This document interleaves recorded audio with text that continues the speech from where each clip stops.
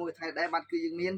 Redmi 5A បាទគឺចូល stock ថ្មីទៀតហើយបាទចំពោះ Redmi 5A ដែរបាទគឺជាទូរស័ព្ទបាទគឺ model ថ្មីរបស់ក្រុមហ៊ុន Redmi ដែលទើបតែបានបញ្ចេញនៅក្នុងប្រទេសកម្ពុជាយើងផងដែរបាទចំពោះលក្ខណៈពិសេសរបស់ Redmi 5A បាទនេះដែរបាទគឺទី1គឺមានទំហំអេក្រង់ធំបាទរហូតដល់ 6.88 អ៊ីងផងដែរហើយបន្តមកទៀតគឺមានកម្លាំងថ្មរហូតដល់ 5000 មីលីអាំពែ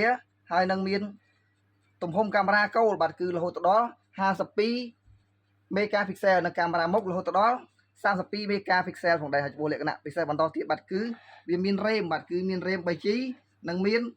អង្គផ្ទុកមានន័យថា RAM ជំនួយ 3G ហើយនឹងមានអង្គផ្ទុករហូតដល់ 64G ផងដែរហើយចំពោះ Redmi 5A ដែរបាទគឺមានរហូតដល់3ពឿផងដែរបាទគឺមានពឿខ្មៅ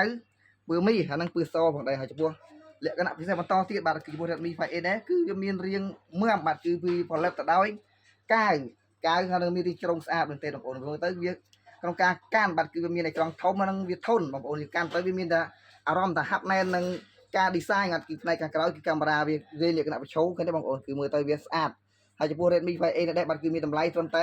$69តែប៉ុណ្ណោះប៉ុន្តែបើសិនជាយើងមើលទៅលើរូបរាងនិងសមត្ថភាពរបស់វាគឺវាប្រៀបដូចជាទូរស័ព្ទដែលមានតម្លៃផ្ទង់រាប់រយ$ផងដែរបាទចំពោះលក្ខណៈពិសេសបន្តទៀតបាទចំពោះ Redmi 5A ដែរបាទគឺវាមានភាពស៊ីវិល័យបាទភាពស៊ីវិល័យហើយនឹងមើលទៅវាទាក់ទាញបងប្អូនបើសិនជា